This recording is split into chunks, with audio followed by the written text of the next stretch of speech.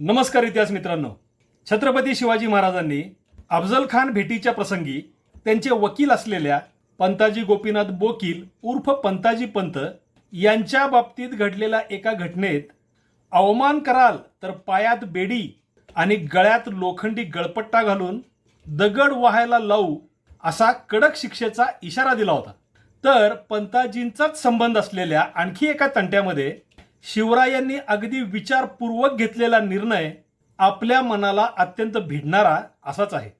कोणत्या होत्या त्या दोन घटना, त्या केव्हा घडल्या, या दोन्ही वेगवेगळ्या घटनांमध्ये पंताजी पंतांचा थेट संबंध काय होता, या घटनांना पुरावे काय आहेत आणि या दोन्ही घटनांच्या मधून शिवरायांचे कोणते दोन अतुलनीय गुण प्रकर्षाने आपल्यासमोर येतात, हे सर्व आजच्या या भागामध्ये सविस्तरपणे सादर होत आहे. प्रतापगडाजवळ झालेल्या शिवराय अफजल खान भेटीवेळी पंताजी पंतांनी शिवरायांच्या योजनेप्रमाणे खानाशी बोलणी करून खानाला गडापाशी कसे आणले, अफजल खानाने त्याच्या सोबत घेतलेले सैन्य, अंगरक्षक आणि सय्यद बंडाला देखील भेटीच्या वेळी खानापासून दूर कसे केले गेले, खानाचे पोट शिवरायांनी फाडल्यानंतर झालेल्या लढाईत पंताजींच्या वर झालेले वार, त्यातून स्वतः शिवरायांनी पंताजींचा जीव कसा वाचविला आणि शिवरायांनी भेटीपूर्वी आणि भेट झाल्यानंतर पंताजी पंतांना दिलेली बक्षिसे, हे सर्व आपण या आधीच्या भागात पाहिलेलेच आहे. या प्रसंगानंतर काही वर्षांनी पंताजी पंत स्वराज्य सेवेत असताना घडलेल्या या दोन घटना आहेत. 1668 साली पंताजी पंतांनी शिवरायांच्याकडे परगणे सुपे आणि कर्यात बारामतीचे देशकुलकर्णपणाचे वतन पूर्वापार आपले आहे, पण तेथील बुचके या आडनावाचे लोक या वतनाबाबत आपल्याशी भांडत आहेत, अशी तक्रार केली होती. या तंट्याबाबत खुद्द शिवरायांनी दिलेले एक पत्र उपलब्ध आहे. पंताजी पंतांनी शिवरायांच्याकडे तक्रार करताना ते वतन आपलेच असल्याबद्दल मलिक अंबरचे फरमान, रणदुल्ला खान आणि शहाजीराजे यांचे निवाडे, शाहिस्ते खान, जसवंत सिंग, मिर्झा जयसिंग यांच्या सनदा व परवाने त्यांच्याकडे असल्याचेही शिवरायांना सांगितले होते. पंताजी पंतांच्याकडे इतक्या साऱ्या व्यक्तींची पत्रे आणि सनदा असल्याचे ऐकून तुम्हाला आश्चर्य वाटले असेल, पण ही काही त्यावेळी विशेष बाब नव्हती. एखाद्या भागात ज्याचे वतन असेल त्या भागावरील राजसत्ता बदलली की नवीन आलेल्या अधिकाऱ्यांच्याकडून पुन्हा एकदा प्रत्येकाला आपल्या इनामाच्या किंवा वतनाच्या सनदा नव्याने करून घ्याव्या लागत. पुणे प्रांत हा मलिक अंबर, रणदुल्ला खान, शहाजी महाराज, शाहिस्ते खान, जसवंत सिंग, मिर्झा जयसिंग यांच्या ताब्यात विविध प्रसंगी वेगवेगळ्या काळात कधी ना कधी होताच. त्यामुळेच या सर्वांचे निवाडे, सनदा, फरमाने पंताजी पंतांच्याकडे असणे ही काही विशेष बाब नाही. तर पंताजींच्या त्या तक्रारीवर शिवरायांनी विसाजी बल्लाळ या पुणे भागाच्या सुभेदारांना आज्ञा केली की त्या भागातील वतनदार व गावकरी यांची गोत सभा भरवून दोन्ही बाजूंचे म्हणणे ऐकून घेऊन साक्षी पुरावे तपासून जे खरे ठरेल तेच कायम करावे. या सर्व प्रकरणातील महत्त्वाचा मुद्दा म्हणजे पंताजी पंत हे शिवरायांच्या अगदी जवळचे आणि विश्वासातील असे व्यक्ती होते. पंताजी पंतांनी त्यांच्याकडे त्या वतनाबाबतचे पुरावे असल्याचे शिवरायांना सांगितले होते.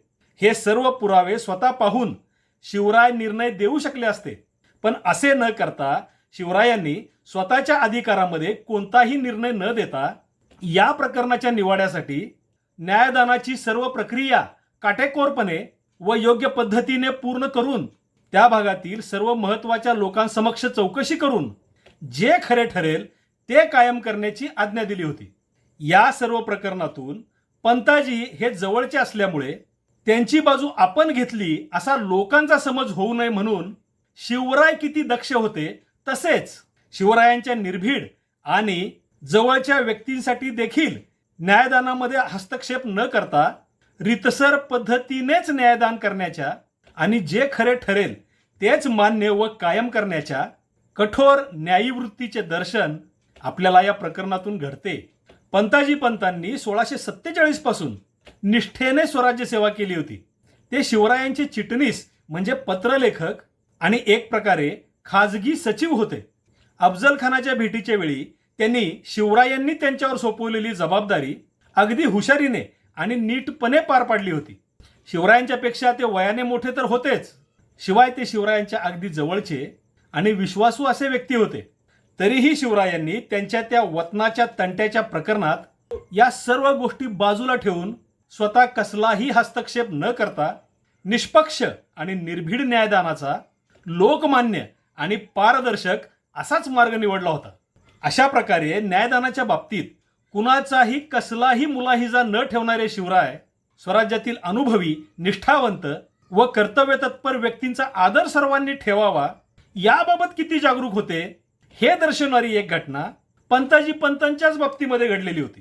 ही घटना आणि त्यावेळी शिवरायांनी दिलेला कडक शिक्षेचा इशारा आपल्याला शिवरायांच्याच आणखी एका पत्रातून कळतो.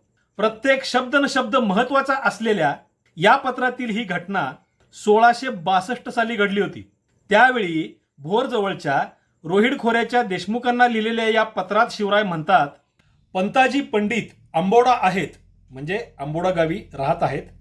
तेथे रायाजी देशमुख व पंडित मशार इलेमध्ये म्हणजे पंताजी पंतांमध्ये कलागती झाली, म्हणजे वादावादी झाली. ते वक्ती त्या पोराने मशार इलेवर म्हणजे पंताजी पंतांवर चालोन घेऊन बेअदबी केली, तरी हे तुम्हास कैसे साहले. इथे महाराज देशमुखांना विचारत आहेत, हे तुम्ही कसे सहन केले. पुढे महाराज म्हणतात, पंडित मशार इले म्हणजे पंताजी पंत बहुत थोर मनुष्य आहेत, साहेबाचे मेहरबानीत ते बहुत काही आहेत. असे असता तुम्ही लहान लोकी त्यासी बेअदबी केली, तरी साहेबांची रवेशी म्हणजे स्वतः शिवरायांची रीत पद्धत किंवा शिरस्ता तुम्हास ठाऊकच आहे. या उपरी कुल लोक तुम्ही पंडित मशार इलेपाशी म्हणजे पंताजी पंतांपाशी जाऊन बाजीद होऊन म्हणजे नम्रतेने लीनपणे आपला गुन्हा त्यापासून माफ करून घेणे. यानंतर शिवराय असे तुम्ही केले नाही तर त्याचे परिणाम काय होतील ते कडक शब्दात सांगत आहेत. जरी सदरहू लिहिलेप्रमाणे अंमल न कराल आणि ती तालीक रुजू आहे म्हणजे ते प्रकरण तसेच राहिले, त्याचा बयेदा वारिला नाही म्हणजे ही भानगड किंवा तंटा मिटवला नाही, तर साहेब तमाम राजपुतांचे पायी बेड्या घालून गळा तोग घालून म्हणजे गळ्यात लोखंडी पट्टा घालून राजगडावरी ठेवून धोंडे वाहवतील म्हणजे दगड वाहायला लावतील. ऐसे बरे रीती समजून पंडित मशार इले म्हणजे पंताजी पंत हे साहेबांचे जागी समजून आदब बरखुद राखत जाणे. 13 जुलै 1662च्या या पत्रात शिवराय शेवटी सांगत आहेत की पंताजी पंत म्हणजे स्वतः आम्हीच असल्यासारखे जाणून त्यांचा मान कायम राखावा. अशा प्रकारे खुद्द शिवरायांच्याच 2 पत्रातून शिवरायांचे कठोर न्यायदान आणि स्वराज्य सेवकांच्या मानाची जपणूक करणे या 2 अतुलनीय अशा गुणांचे होणारे हे दर्शन आपल्याला नक्कीच दिपवून टाकणारे असे आहे.